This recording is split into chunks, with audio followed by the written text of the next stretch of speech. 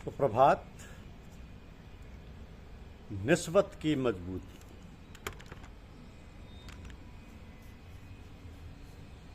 निस्बत की मजबूती, यह हमारी आज की आध्यात्मिक चर्चा का विषय है।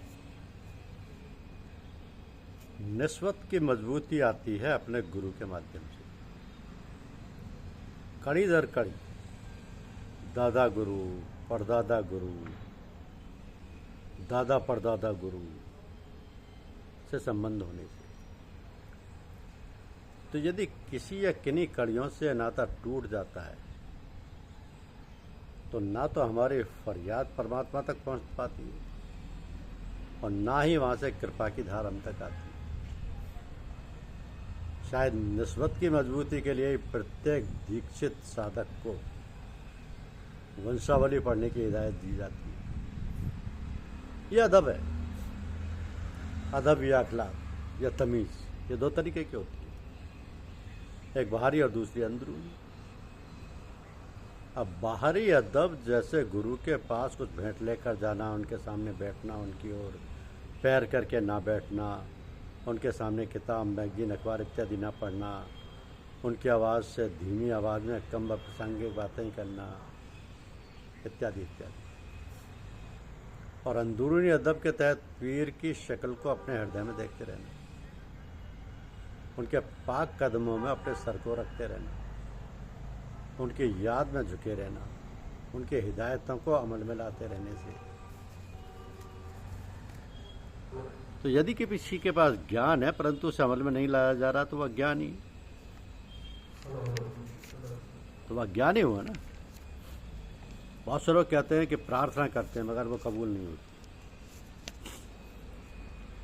कैसे मालूम हुआ? तो प्रार्थना कैसे करें, उसका क्या स्वरूप हो? इसके लिए कहा गया कि दरे करीम से बंदे को क्या नहीं मिलता, जो मांगने का तरीका है उस तरह से मांगो।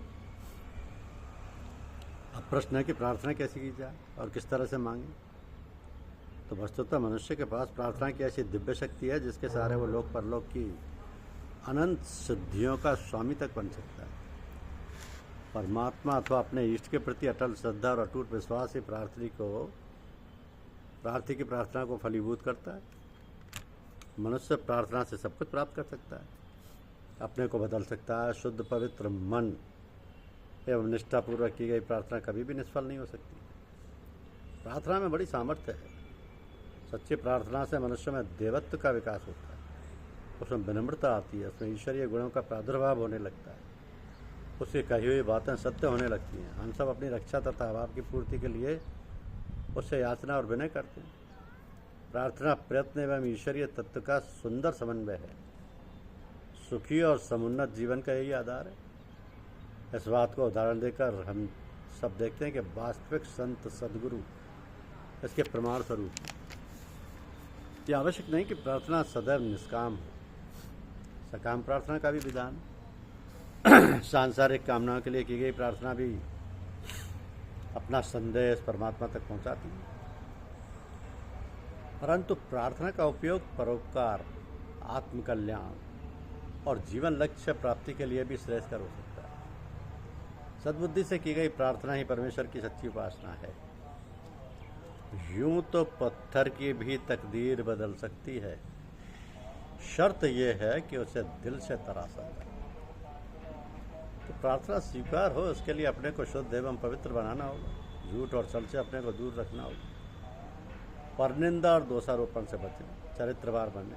तभी हम लोग इस योग्य होंगे कि संसार के दुखी और कष्ट से व्याप्त लोगों की प्रार्थना द्वारा मदद कर सकें।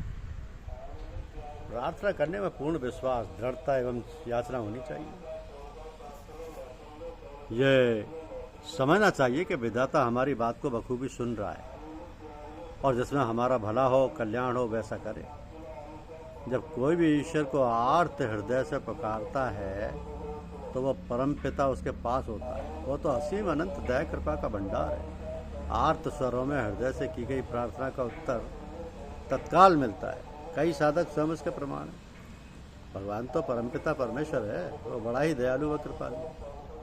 भगवान ने हमारे भाग्य की रचना की, सुख दुख बनाए, भाग्य के अनुसार सुख दुख आते हैं, मगर हमें अधिकार दिया है कि मनुष्य के नाते हम अपने पिता से कुछ भी मांग सकते हैं। जब हम प्रार्थना करते हैं, याचना करते हैं, तो हम उसके निकट हो जाते हैं, उससे अपने आप को जोड़ लेते हैं। क्या पता उस ईश्वर को क्या मंजूर है और कब प्रसन्न हो जाए। तो वो तो उन्हीं को भी अनहोनी कर सकते हैं, करने की सामर्थ्य रखते हैं। ये तो बहुत दयालु व कृपालु हैं। वो हमारी भावनाओं पर आधारित हमारे कार्यों को पूर्ण करने की क्षमता रखते हैं, इसलिए उससे सदैव लव लगाए रखना ही चाहिए। अब जैसा हमारा पिता प्रसन्न होता है, जैसे जब हम उससे कुछ मांगते हैं, इसी प्रकार वह परमपिता परमेश्वर भी उससे कुछ मांगने पर प्रसन्न होता है, क्योंकि हर प्रकार से सक्षम है, अखंड भंडार का मालिक है। चाहे पूजा पाठ मांगे अथवा किसी भी कल्याण की बात मांगे अथवा कुछ और। हमारी प्रार्थना यदि नहीं भी पूरी होती तो कम से कम हमें आत्मनिर्भरता देता है कि कभी न कभी समय आने पर हमारी फरियाद पूरी होगी, जिसमें हमारा कल्याण निहित होगा। इसी आस विश्वास से जीवन यापन होता रहता है। सब दिन होत न एक समान, तो भाग्य का चक्र घूमता रहता है। आज यदि कोई समस्या है, परेशानी है, तो वह समस्या सदैव नहीं रहने वाली है। दिन बहुते देर नहीं लगती। कहा है कि दरे नबी के पड़े रहो, पड़े ही रहने से काम होगा। इसलिए प्रार्थना करना आवश्यक है। प्रार्थना से आत्मबल प्राप्त होता है, मन स्थिति शांत होती है, ईश्वर से प्रेम बढ़ता है, उसकी आस्था दृढ़ होने लगती है, तब सुख और दुख समान रूप से व्याप्त होने लगते हैं और ऐसा प्रतीत होता है कि सब कुछ उसी की ओर से हमारे कल्याण के लिए हो रहा है। इसलिए प्रार्थना करो और उसका फल अपने इष्ट पर छोड़ दो। प्रार्थना बंद नहीं करनी चाहिए। किसी न किसी के लिए प्रार्थना करते रहो, आदत बन जाए प्रार्थना करने की। इससे सबके प्रति प्रेम भावना बनती है और दिखने लगता है कि वसुधैव कुटुंबकम। तो लक्ष्य प्रार्थना करना, ना कि फल प्राप्त करना। फल देना परमात्मा का कार्य है। हम अपना कार्य करें, परमात्मा को उसका कार्य करना। वह कुछ भी करता है या करेगा, सब में हमारा हित ही हित है। अनर्थ कुछ भी नहीं होता। बस हम तो अपने को उससे जोड़े रखें। सुख में और दुख में सदैव प्रार्थना होती है, तभी क्षमता आती है। जीवन में जो घटित हो रहा है उसे हमें ईश्वर का आशीर्वाद समझकर मान लेना चाहिए, उसी में कल्याण। पूज्य चचा जी महाराज ने एक शिष्य से उसके चलते समय कहा कि हमारे लिए दुआ करते रहिए। उस शिष्य ने बड़े अदब से कहा कि मैं आपके लिए क्या दुआ कर सकता हूँ, मैं तो ऐसे योग्य नहीं। पूज्य चचा जी ने समझाया कि जब तुम हमारे लिए परमपिता परमेश्वर से या बुजुर्गों से प्रार्थना करोगे तब वो बहुत प्रसन्न होंगे कि जो व्यक्ति हमसे जुड़ा है उसके लिए कोई प्रार्थना कर रहा है। इस प्रकार तुम स्वतः ही हमारे इष्ट देव से अथवा परमात्मा से जुड़ जाओ।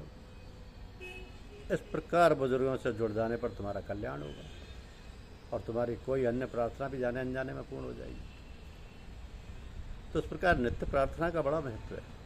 भंडारा में सामूहिक प्रार्थना का महत्व इससे भी अधिक है। जब सब लोग एक साथ एक विचार के एक ध्येय से कोई प्रार्थना करते हैं तो उसका फल कई गुना अधिक होता है। वेदों में कहा है कि हम एक साथ रहें, एक साथ उपासना करें, एक साथ खाए पिए। हमारे ऋषि महर्षि मिलकर मंत्रोच्चारण करते थे, यज्ञ करते थे, भजन कीर्तन करते थे। भगवान कहते हैं कि मैं उन भक्तों के हृदय में रहता हूँ जो भक्तजन मेरा गायन करते हैं। एक चिंतक ने लिखा कि मनुष्य में सर्वाधिक शक्तिशाली वस्तु प्रार्थना की शक्ति है और वो शक्ति संपूर्ण ब्रह्मांड को गतिशील करने में समर्थ है।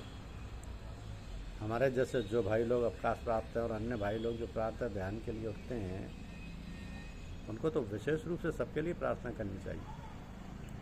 सबका सब विधि हो कल्याण, सबका भला करें भगवान। तो प्रार्थना करने से अपना अंतर शुद्ध एवं पवित्र हो जाता है तथा आध्यात्मिक ऊर्जा का प्रभाव बना रहता है। एक विशेष प्रकार का आनंद भासता रहता है और जो भी आपके सानिध्य में आता है वो भी परम शांति का अनुभव करने लगता है। इसलिए जैसा भी समय हो, एकांत साधना का अथवा सामूहिक साधना का, प्रार्थना करते रहना चाहिए। बस उस परम पिता से नाता जोड़े रहे, गुरुदेव के प्रति समर्पित रहे, वो हमारी खबर रखेगा अवश्य। द्वार धनी के पड़ा रहे, धक्का धनी के खाए। कबहू जो धनी निवाजे, जो दर छोड़ न जाए।